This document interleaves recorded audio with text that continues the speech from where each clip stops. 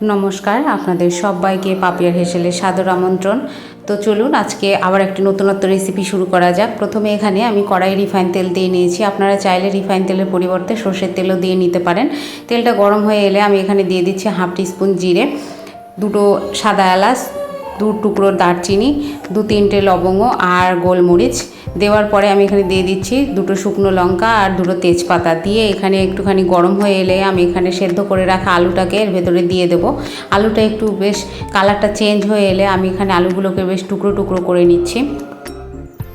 এই এখানে দেখুন, এটা লো ফ্লেমে আস্তে আস্তে ভালো করে ভেজে নিতে হবে। এই যে টুকরো টুকরো করে নিচ্ছি। নেবার পরে আমি এখানে আলুগুলোকে আরেকটু ভালো করে টুকরো করে নিয়ে আমি এর ভেতরে দিয়ে দেবো ভিজিয়ে রাখা চিনেবাদাম। এখানে আমি 2 ঘন্টা আগে চিনেবাদামটাকে ভিজিয়ে রেখেছিলাম। বাদামটাকে এর ভেতরে দিয়ে চিনেবাদাম আর আলুটাকে বেশ ভালো করে লালচে করে ভেজে নিতে হবে। আর এখানে দিয়ে দিচ্ছি পরিমাণ মতন লবণ ও হলুদ।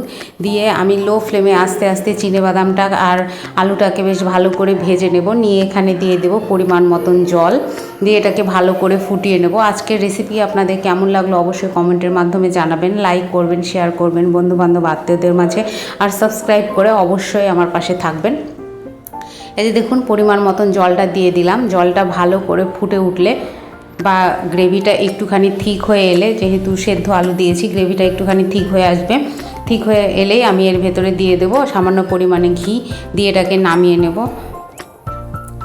এই নিরামিষ রেসিপিটি অবশ্যই একবার বাড়িতে ট্রাই করবেন, খুব ভালো লাগে, দুর্দান্ত লাগে খেতেও। এই যে দেখুন একদম রেডি হয়ে গেছে। আর সম্পূর্ণ ভিডিও দেখবার জন্য অসংখ্য অসংখ্য ধন্যবাদ।